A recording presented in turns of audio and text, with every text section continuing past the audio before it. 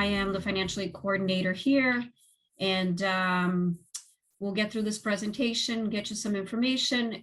Evie is my partner. She is our #1 assistant at the Financial Aid Resource Lab, which we heavily use right now to help students remotely.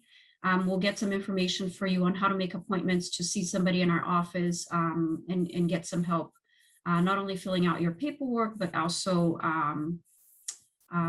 help submitting paperwork and things like that. So let's get started. So what is financial aid? And the first thing I am going to tell you is to never assume that you are not eligible for financial aid until you actually apply. Okay, so financial aid is basically funds that are provided to students and families to help pay for your education expenses. This is all post-secondary, so obviously you have to have graduated high school and or have received a GED. That's probably the most important part of filling out financial aid information. So we would help you with college costs. I've heard a lot, I don't qualify, but I'm not going to apply. Again, please do. So when and where do you apply? So you would either complete a FAFSA form or an ORSA form.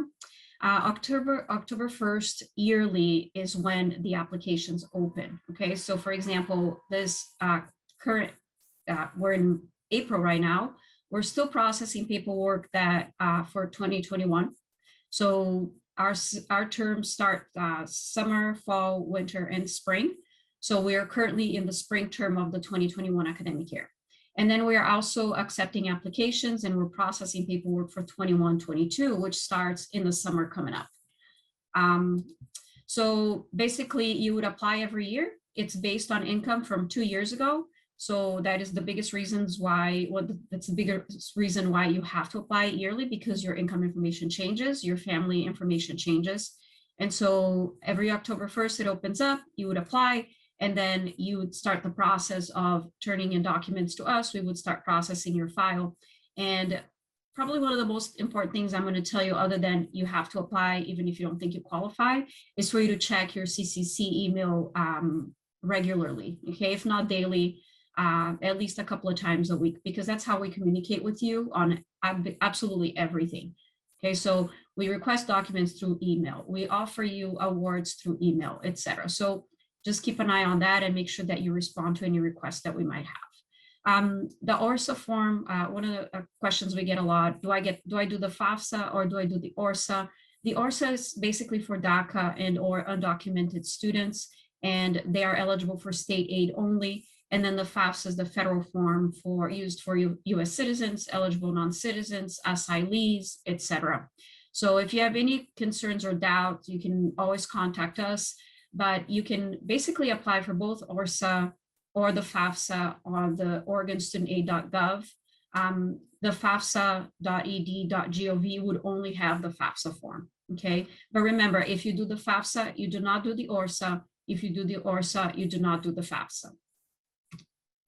And when we do look at your application and process your paperwork, basically the types of financial aid that we are considering giving you, and that's based on federal regulations and state regulations, it's not really at our level to decide. We consider you for loans, grants, scholarships, and work study. For loans, 2 types of loans, subsidized and unsubsidized. They're both federal, and you need to be enrolled in a minimum of 6 credits to qualify. Same thing for the state aid. So there's an Oregon Opportunity Grant and an Oregon Promise Grant. Also, they're funded by the state, and it requires that you attend a minimum of 6 credits so you don't lose your eligibility. Scholarships, we have institutional scholarships and state scholarships, usually also a minimum of 6 credits, though that can change depending on donors' stipulations. And then we also offer work study employment, which means that you would be able to work part-time on campus. You also have to have a minimum of 6 credits per term in order to qualify. One of the things that we just incorporated into our financial aid world is bookstore charges. So students who have been awarded and accepted their awards and have enough aid beyond the cost of tuition and fees will be able to charge books at the CCC bookstore. So 1 week before the term starts, you can go to the bookstore, they would check your eligibility for financial aid, and then you would be eligible to buy the books from there.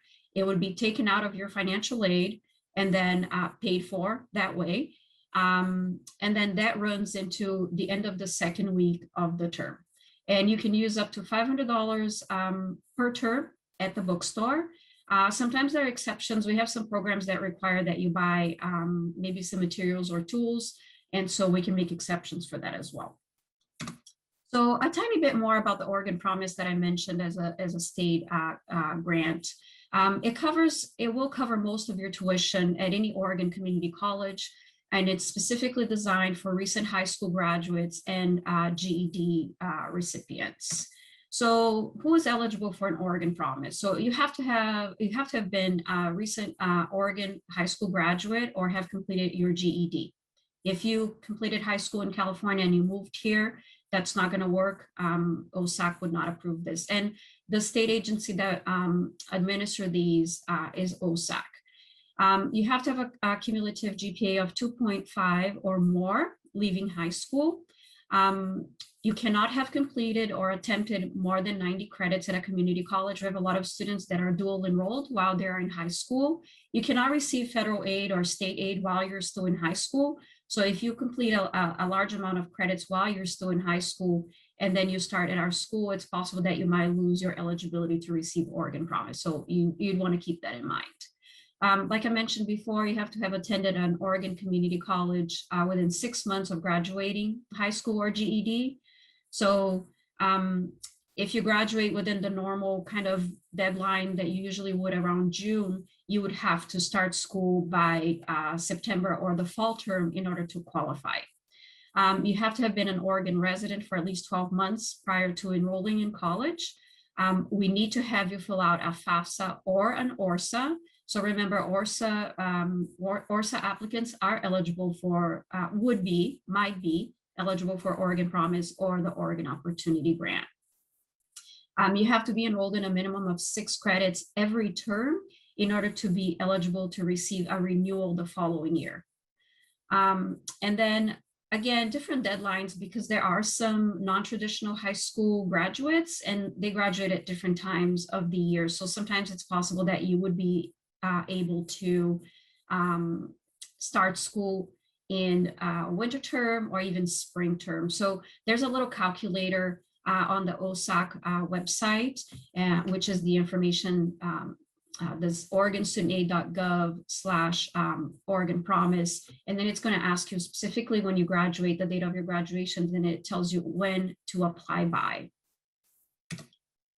A little bit about scholarships. So scholarship season is October to April. We actually have a deadline coming up on the 25th. So if you are planning on attending Clackamas Community College starting summer of this year, so not this term, next term, which is part of the 21-22 academic year, you'd want to apply for that scholarship. Scholarships are gift aid, so you don't have to pay them back, okay? The only thing that you would pay back are the loans that we mentioned on the first, one of the first couple of slides. So we usually award about $500,000 in scholarships every year. Our applications usually open on January 30th every year. And the application deadline for round 1, which is the one I just mentioned, is April 25th. If you apply for that and you get awarded, you would most likely be offered an award for fall, winter, and spring of coming up this coming academic year. If you miss that deadline or you don't plan on attending fall term, there's a second round, which the deadline is November 1st, and it awards you for winter and spring terms, okay? So requirements, you have to submit the scholarship application. It's super quick and easy. It's only one application. You have to maintain at least a 2.0 GPA while you are attending here. You have to be pursuing a degree or certificate at CCC, and that applies to all aid, not just scholarships. And then for scholarships specifically, like I mentioned earlier, you need to take at least 6 credits every term. Although some scholarships that are awarded require that you attend full-time, which is 12 credits or more. It's going to depend on the donor's stipulations. And then our scholarship application is available at clackamas.edu/scholarships. Again, you guys, if you do nothing today or this weekend, at least try to get through this. And then you need to make sure that there is a FAFSA or an ORSA on file as well. because some scholarships based on donors' requests, we have to have that information. So the Oregon Office of Student Access and Completion, which is OSAC that I mentioned, they administer the state aid. They also offer a ton of scholarships. You have some students right now going to school just through that. And it's really fantastic to see. So their applications usually open around November 1st. And if you are a junior in high school right now, you can definitely start applying and then submit it at the end of the academic year. You've missed the deadline for the ones that are coming up next, but you need to keep an eye on this because they sometimes change deadlines and then they open quite often. And so you definitely want to look at this. So early bird is February 15th, and then the general application is March 1st. And again, remember, some of these scholarships require that you have a FAFSA or an ORSA. Write down this website. That's basically where you can apply for most things that we offer, except for the CCC scholarships. So other funding opportunities that we have here at Clackamas Community College, and these are not financial aid specific, but they are just programs or grants or types of basically programs that you can participate in and then receive funding for. So for example, we offer associated student government grants. So some of them are help paying for childcare, you have transportation costs. Sometimes you can borrow books, sometimes you get a grant to buy the books, etc. You have to apply for it every term, okay? And you have to do it through the ASG website. So when you go onto our website, if you click student involvement or student government, you get a lot more information than what than time permits for me to give you right now. We also offer tuition waivers, and this is a pretty cool program because you can actually get to work on campus, and the way you get paid is by having your tuition basically waived. So tuition waiver, it waives your tuition. We offer peer assistant positions and also peer mentor assistant, peer mentor opportunities. Basically, they're student leadership roles on campus. And again, like I said, it would cover the cost of your tuition based on how many credits you're attending. So there's a little bit of a difference between both. Peer assistants provide customer service to a variety of administrative offices and departments. So for example, we had a peer assistant in the financial aid office who was with us the entire 2 years that she was here. She did a lot of paperwork for us, helped with customer service, etc. She also happened to be a peer mentor, and what they do is they help students and faculty either in the classroom or in tutoring, but basically it's specific to a discipline. So if you are interested in math and you want to be a math tutor, you could go to potentially apply for this through the ASG as well, and then basically be placed in one of these jobs that are of interest to you. If you have something that you are studying to become, which most of us are, you could start getting some work experience in that area already, obviously, if a job's available. So the information here, John Ginsberg is the director of the Student Associated Government. And then Robin can also help you in getting more information for you on tuition waivers, but all of the applications go through them. A couple more things. I don't have a ton of information on this, which is why I've added enough email addresses on here, as well as these Zoom links. If you are interested in these programs, I highly suggest that you take a picture of this slide so that you can have this information. Obviously, all of this is on our website as well, but this is pretty kind of hands-on and easy. So we have a Job Corps Scholars Program. This is reserved for 16 to 24-year-olds. You have the ability to gain academic and job skills and earn college credit while you're doing it. Tuition-free training, for example, and transportation assistance, employment counseling, job placement, all of those things. Some specific programs that apply to this specific scholars program. And then Debbie or Elena are the two contact people. So if you are interested, or if you've heard of this before and you have some more questions, I would ask that you contact them directly. Workforce development is actually very similar to the Job Corps, except it's not age specific. This provides funding for training for 1 year or less, so sort of like a certificate, if you will. And then it also gives you opportunity for career services like English second language, GED, etc. Those are all programs that you can participate through the workforce development. Work of training related support. So the same thing, sort of like the Job Corps, you can get support to get your books and materials, transportation to and from college and your work, etc. They do info sessions Wednesdays and Thursdays. There's a lot of information that I'm not giving you right now. Time is not permitting, but really good stuff. And then those can also be combined with other financial aid. So it's not like you have to choose between, I can only take this or I can only get that. So there's a lot more stuff that you can get from them that would maybe complement what you might be receiving from financial aid. So we are definitely working remotely. We are available Monday through Friday, 9 to 4. We answer emails the whole day. Our phones are live, so we actually have somebody answering our phones Monday through Friday, 10 a.m. to 2 p.m. We get sometimes students saying, I never got a call back. If you need us to call you back, please leave a message. I know that sounds intuitive, but we get this a lot. Nobody called me back. We didn't know you called. Leave us a message. We want to talk to you.